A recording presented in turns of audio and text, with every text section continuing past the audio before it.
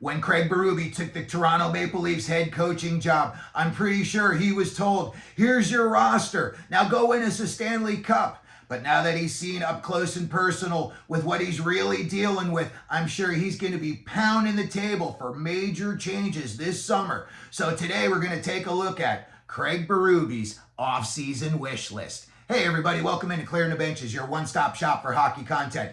If you go ahead and hit your subscribe button right now, you'll be sure to be in on all of our future videos. Well, just off at the top, I'm saying that we could call this Toronto Maple Leafs summer the summer of addition by subtraction. Major changes are coming, starting at the top. I believe Brendan Shanahan's run as, team president and running the show for the last decades has come to an end. This team really hasn't progressed. He's got a lot of star power, but they, just couldn't get the job done, and they really couldn't even advance that far in the playoffs. So I think Brendan Shanahan is going to be gone. When I look at the things that could be happening this summer, and I think at the fact that they're probably going to move off from John Tavares and Mitch Marner, that's going to free up $20 million in cap space. Now, if they were also to decide to trade Auston Matthews, and let's say, just hypothetically, let's say they traded him to the Islanders for the number 1 overall draft pick, you would have now $33 million in cap space that you could work with. Now, I don't think if they did move off from Matthews, I think it's going to be a blockbuster player for player or player for players type of a deal. I don't think it's going to be for draft capital, because Craig Berube didn't take this job to sit around and wait for guys, down in juniors and in the AHL to marinate so that they could come up, after he's gone, essentially. I would say Berube's got a 3-year window to get the cup, to Toronto, and year 1 is already done. So I'd say he's got about 2 years left on that window.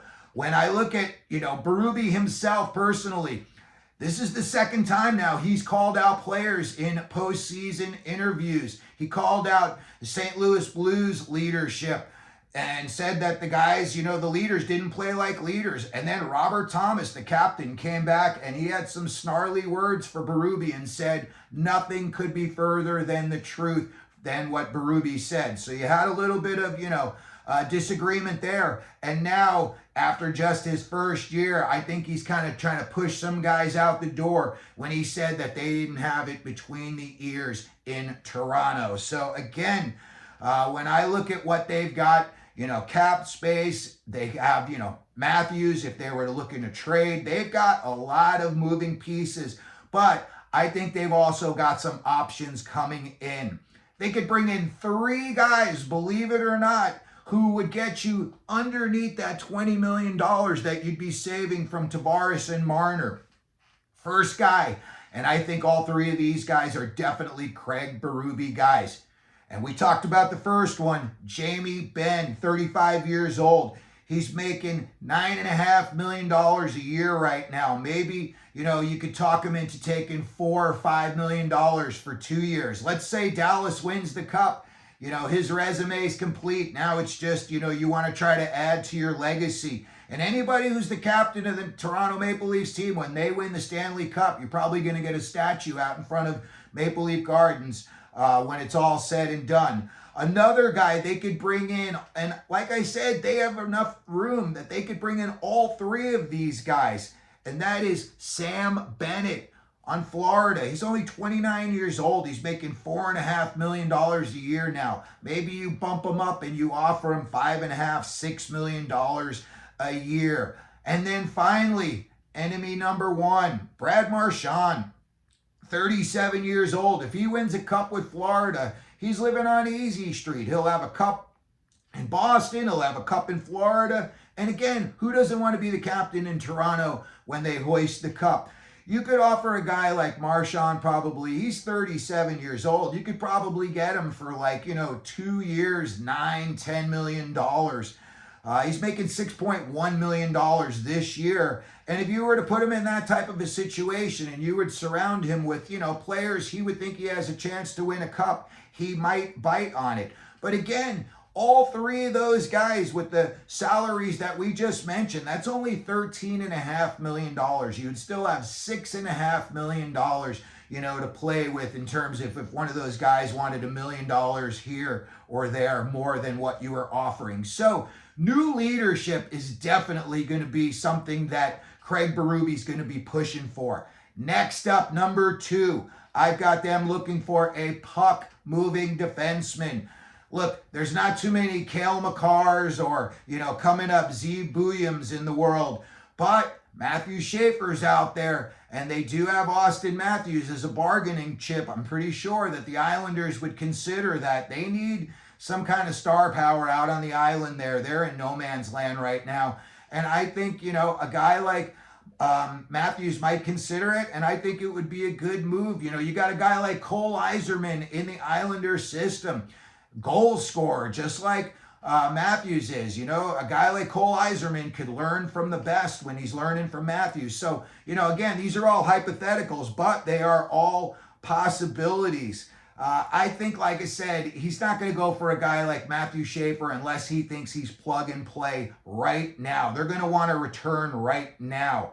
When I look at their back end, it's too old, slow, and plodding. Reilly's got to go. Brandon Carlo, to me, it just didn't work out. Tanev, you still got until 2029-30. Didn't work out so well for him. And when you look who's available in free agency, not many big names. There's 2 names that I look at that I think they could possibly consider. The first name is LA Kings, Vladislav Gravikov. And I think, first of all, you could be in a bidding war with the Kings for his services. He's more of a shutdown D-man, which is exactly what the Leafs need. He doesn't worry about offense so much. When I look at other guys that are on this list, Neil Pionk, I don't think he's a Berube guy. I think he's too small for Berube. Ryan Lindgren, I'm sure that Berube would love his grit, but the guy's banged up all the time. I'm a Ranger fan. I saw it. He was playing at half, 3/4 speed a lot of the time when he was out on the ice just because he wanted to grit it out. So, Ryan Lindgren is available. Maybe he's your 6th defenseman. But again, injuries are a big problem from him. Aaron Ekblad, getting up there in age, and he's definitely injury prone. He's going to want a ton of money. So I would say probably not. I personally think that all the change on this roster is going to come, it's got to come via trade. They don't have any draft capital. They don't have any number 1s this year. I think they've got 2 this year, next year, or the next year. Next 3 years, no number 1s. They've got 2 number 2s over the next 3 years and 3 number 3s. So as far as like offer sheeting somebody, that is not an option. You don't have the draft capital. All these offer sheet rules are like, you got to give them the draft picks now. And they'll say, if you don't have those draft picks, you can't even offer a guy a sheet. So when you look at what they've got, and also in the pipeline, Easton Cowan is the only name that Leafs fans can get excited about in the future. I believe the Leafs pipeline, their system is ranked 28th or 29th in the NHL. The cupboards are bare. Again, the only space that I could see them doing anything is trade or free agency. When I look at another thing that Craig Berube's definitely going to want to do, Scotty Lawton didn't do anything in the playoffs. However, I think he's very much a Berube type of player, so I could see them maybe offering Lawton a 1-year deal to come back on a prove-it deal. But secondary scoring and grit. Maybe your 3rd and 4th lines aren't scoring, but they're also not getting scored on. When I look at some of the guys that are available out there, I see a lot of names that I'm pretty sure that Craig Berube would be okay with and said, hey, come on in, let's be a part of this together. He's older, Claude Giroux. Maybe you could offer him, $4 or $5 million a year. And, maybe for the first year, Berube, maybe they decide they want to trade the number 1, Matthews for the number 1. And, somehow they were able to get it and they got Matthew Schaefer and they decided, hey, we're going to let Matthew Schaefer sit for a year. And, in his mind, Berube's like, I'm going to be all in on year 3 of the Leafs. Let's let this kid marinate. These would be good guys to get you to that point. Claude Giroux, I know Ottawa was hoping that it would, help them take a big step. And this year, it looked like it paid off. I think he would definitely be a guy that Berube would want in his locker room and on his bench. Another guy, Brock Nelson. Did not work out in Colorado like they had hoped for. Maybe you offer him $3 or $4 million a year and he's going to be, your third line center. Maybe you want to put him on the power play. He's a net front presence. But again, these are all types of guys I think Berube's going to be looking for. I don't think Berube's going to be bringing in anybody he doesn't think he's going to be willing to put the work in. I don't think he's going to be looking for any more of these elite superstars. I think he's seen enough of the, what he considers softies in, Marner and Matthews. So the next group of guys that I see him bringing in are going to be all guys who are going to be, puck hound types of guys.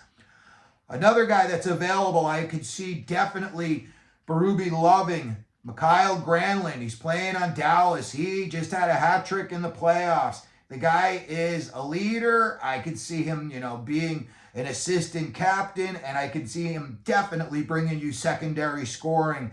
And you're built for the playoffs when you have guys like, to me, Giroux, Brock Nelson, Granlund. I know it didn't work out for Nelson, but, he's going to make more better plays than he is bad plays. Granlund, he made $6 million this year. If he wins a cup in, Dallas, maybe you got to offer him $7 million. Maybe you can get him at, $6.5 million if, you throw in some incentives or something like that. Next up, Pius Suter, center wing, 28 years old. He had 46 points in 82 games this year for the Canucks. And in my opinion, the Canucks were just a mess this year, a dumpster fire. Once it all went south with the Pettersson-Miller thing, and then you weren't getting anything out of Besser and the trading rumors, I think it just all circled the drain real fast. So for a guy like Pius Suter to put up 46 points in that situation, I think he's got Craig Berube written all over him. And finally, my last guy that I think that they would bring in, and he could be another, 3C, 4C, and that is Yanni Gourde. He plays with that sandpaper and grit. He's got some speed. I know this year he had a big drop-off. Didn't work out in Tampa Bay like they had hoped for, but he's a center left wing. He made $5 million this year, but maybe you can, get him on the cheap. Maybe you can offer him between, 3 and 5, and he likes what, you're doing. And I think some of these guys, they're going to want to be a part. Somebody is hoisting the cup for the Maple Leafs. I think that's going to have a lot of value for somebody like that. When you look at what they've got moving forward, again, we talked about their pipeline. It's empty. Easton, Cowan. Their goaltending situation is good, though. I like Stolarz. I like Wall. I think you're going to get at least another 5 years out of that combination. But when you look at guys on them, they've got RFAs. Matthew Nyes is an RFA. You've got to get him signed. Utah could be offer sheeting him. The New York Rangers could be offer sheeting Matthew Nyes. So you got to be ready for that to happen if it does. And you're going to have to back up the Brinks truck to Nyes' house to get him to stay in Toronto, especially if he sees everybody else is gone. He may want to go too. So in summary, I think there's just going to be big changes, lots of new names, possibly even a new captain. Will it lead to a cup? Who knows? It's Toronto. Every year you think it's going to happen, and then, a disaster happens. So let me know what you think of these moves. Let me know if you think Berube would be interested in bringing in any of these guys. Let me know what big changes you think are coming for the Maple Leafs. Who would you keep? Who would you move on from? If you could, put it in the comments section. Please hit your like button. Don't forget to subscribe. And as we always do here at Clearing the Benches, let them know you're out there.